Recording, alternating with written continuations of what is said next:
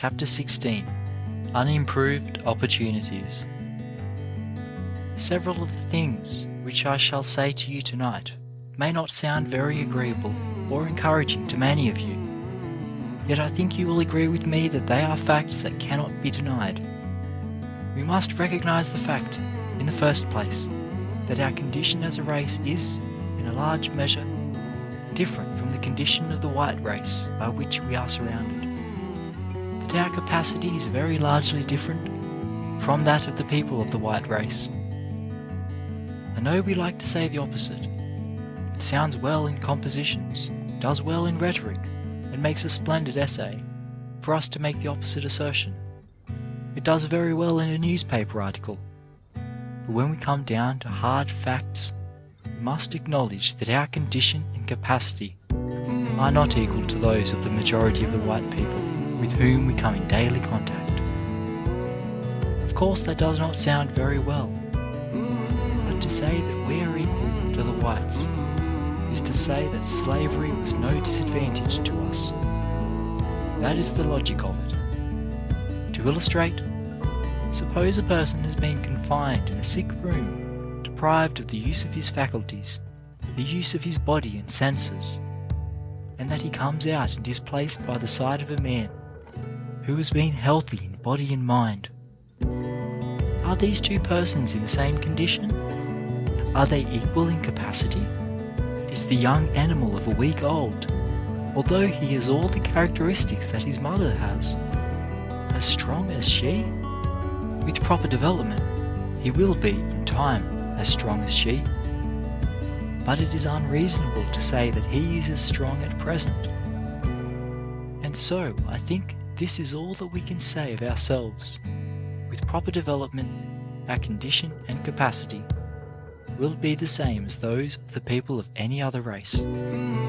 Now, the fact that our capacity as a people is different, and that the conditions which we must meet are different, makes it reasonable for us to believe that, when the question of education is considered, we shall find that different educational methods are desirable for us from those which would be appropriate to the needs of a people whose capacity and conditions are different from ours. What we most need, in my opinion, for the next few generations, is such an education that will help us most effectively to conquer the forces of nature. I mean in the general sense of supplying food, clothing, homes, and a substantial provision for the future. Do not think that I mean by this that I do not believe in every individual getting all the education he or she can get, for I do. But since for some years to come, at least, it must of necessity be impossible for all of our young people to get all the education possible, or even all they may want to get, I believe they should apply their energies to getting such a training as will be best fitted to supply their immediate needs. In Scotland, for instance, where higher education has been within reach of the people for many years, and where the people have reached a high degree of civilization, it is not out of place for the young people to give their time and attention to the study of metaphysics and of law and the other professions. Of course, I do not mean to say that we shall not have lawyers and metaphysicians and other professional men after a while, but I do mean to say that I think the efforts of a large majority of us should be devoted to securing the material necessities of life. When you speak to the average person about labour, industrial work especially, he seems to get the idea at once that you are opposed to his head being educated, that you simply wish to put him to work. Anybody that knows anything about industrial education knows that it teaches a person just the opposite, how not to work. It teaches him to make water work for him, air, steam, and all the forces of nature. This is what is meant by industrial education. Let us make an illustration. Yesterday I was over in the creamery and became greatly interested in the process of separating the cream. The only energy spent was that required to turn a crank. The apparatus had been so constructed as to utilize natural forces. Now compare the old process of butter making with the new. Before, you had to go through a long process of drudgery before the cream could be separated from the milk, and then another long process before the cream could be turned into butter. And then, even after churning 3 or 4 hours at a time, you got only a small portion of butter. Now what we mean by giving you an industrial education is to teach you to put brains into your work, that if your work is butter making, you can make butter simply by standing at a machine, turning a crank. If you are studying chemistry, be sure you get all you can out of the course here, and then go to a higher school somewhere else. Become as proficient in the science as you can. When you have done this, do not sit down and wait for the world to honour you because you know a great deal about chemistry. You will be disappointed if you doubt if you wish to make the best use of your knowledge of chemistry. Come back here to the south and use it in making this poor soil rich, and in making good butter where the farmers have made poor butter before. Used in this way, you will find that your knowledge of chemistry will cause others to honour you. During the last 30 years, we, as a race, have let some golden opportunities slip from us. And partly, I fear, because we have not had enough plain talk in the direction I am following with you tonight. If you ever have an opportunity to go into any of the large cities of the north, you will be able to see for yourself what I mean. I remember that the first time I went north, and it was not so very many years ago, it was not an uncommon thing to see the barber shops in the hands of coloured men. I know coloured men who in that way could have become comfortably rich. You cannot find today, in the city of New York or Boston, a first-class barber shop in the hands of coloured men. That opportunity is gone, and something is wrong that it is so.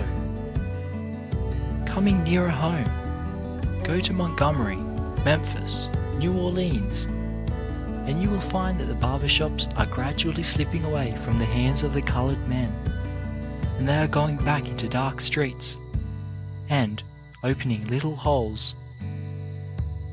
These opportunities have slipped from us, largely because we have not learned to dignify labour. The coloured man puts a dirty little chair and a pair of razors into a dirtier looking hole, while the white man opens his shop on one of the principal streets, or in connection with some fashionable hotel, fits it up luxuriously with carpets, handsome mirrors and other attractive furniture, and calls the place a tonsorial parlour.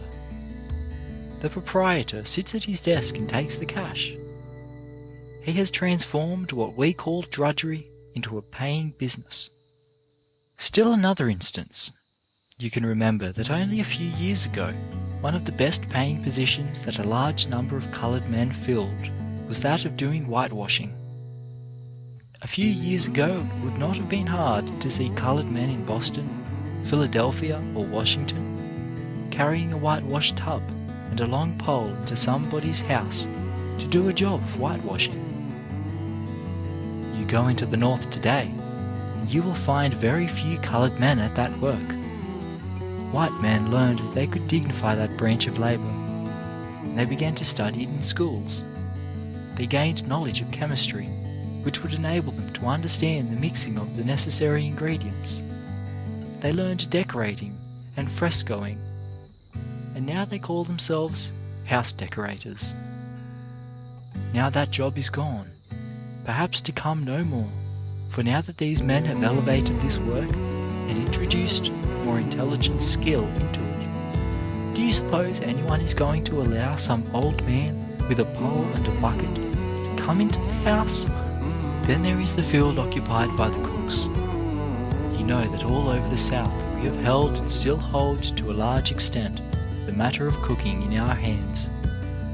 Wherever there was any cooking to be done, a coloured man or a coloured woman did it. But while we still have something of a monopoly of this work, it is a fact that even this is slipping away from us. People do not wish always to eat fried meat, and bread that is made almost wholly of water and salt. They get tired of such food, and they desire a person to cook for them who will put brains into the work. To meet this demand, white people have transformed what was once the menial occupation of cooking into a profession. They have gone to school and studied how to elevate this work. And if we can judge by the almost total absence of coloured cooks in the North, we are led to believe that they have learned how. Even here in the South, coloured cooks are gradually disappearing, and unless they exert themselves, they will go entirely. They have disappeared in the North because they have not kept pace with the demand for the most improved methods of cooking, and because they have not realised that the world is moving forward rapidly in the march of civilization. A few days ago, when in Chicago, I noticed in one of the fashionable restaurants a fine-looking man, well-dressed, who seemed to be the proprietor. I asked who he was, and was told that he was the chef, as he's called the head cook. Of course, I was surprised to see a man dressed so stylishly and presenting such an air of culture, filling the place of chief cook in a restaurant. But I remembered then, more forcibly than ever, that cooking had been transformed into a profession, into dignified labour. Still another opportunity is going, and we laugh when we mention it, although it is really no laughing matter.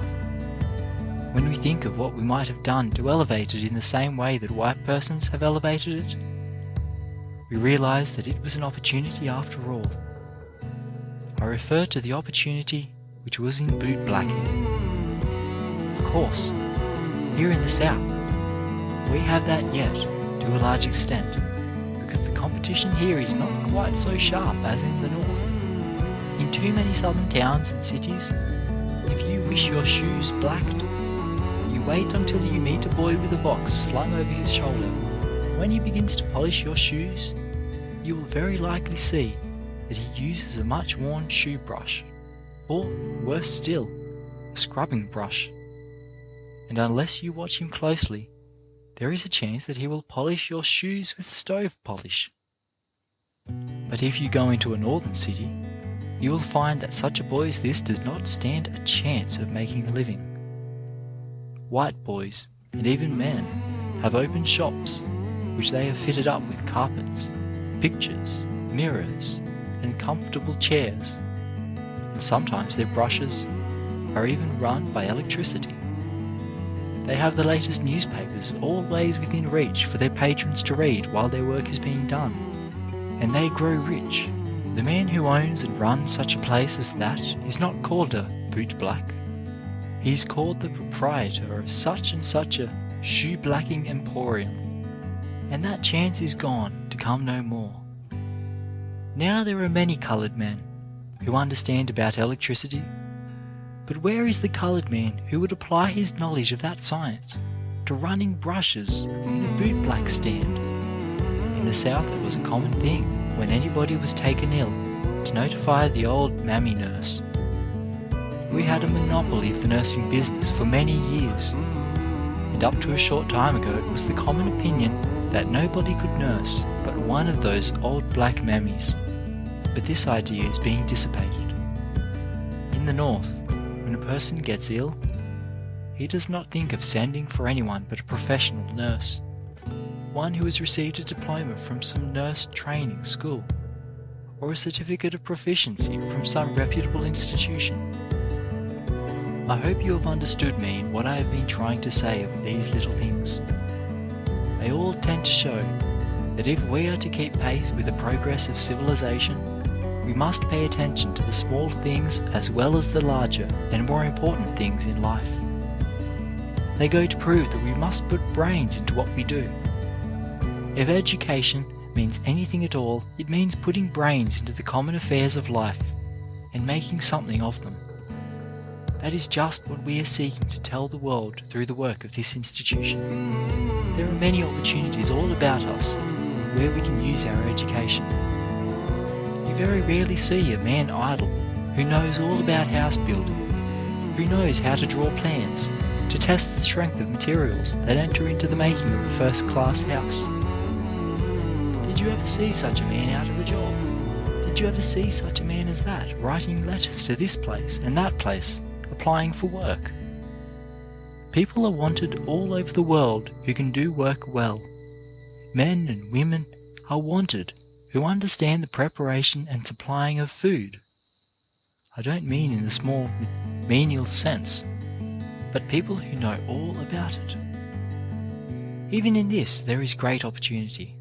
A few days ago, I met a woman who had spent years in this country and in Europe, studying the subject of food economics in all its details. I learned that this person is in constant demand by institutions of learning and other establishments, where the preparation and the serving of food are important features. She spends a few months at each institution. She is wanted everywhere because she has applied her knowledge to one of the most important necessities of life, and so you will find it all through life. Those persons who are going to be constantly sought after, constantly in demand, are those who make the best use of their opportunities, who work unceasingly to become proficient in what they attempt to do. Always be sure that you have something out of which you can make a living, and then you will not only be independent, but you will be in a much better position to help your fellow man. I have spoken about these matters at this length because I believe them to be the foundation of our future success. We often hear a man spoken of as having moral character. A man cannot have moral character unless he has something to wear and something to eat 365 days in a year. He cannot have any religion either. You will find at the bottom of much crime the fact that the criminals have not had the common necessities of life supplied them. Men must have some of the comforts and conveniences, certainly the necessities of life supplied them, before they can be morally or religiously what they ought to be. End of chapter 16. Unimproved opportunities.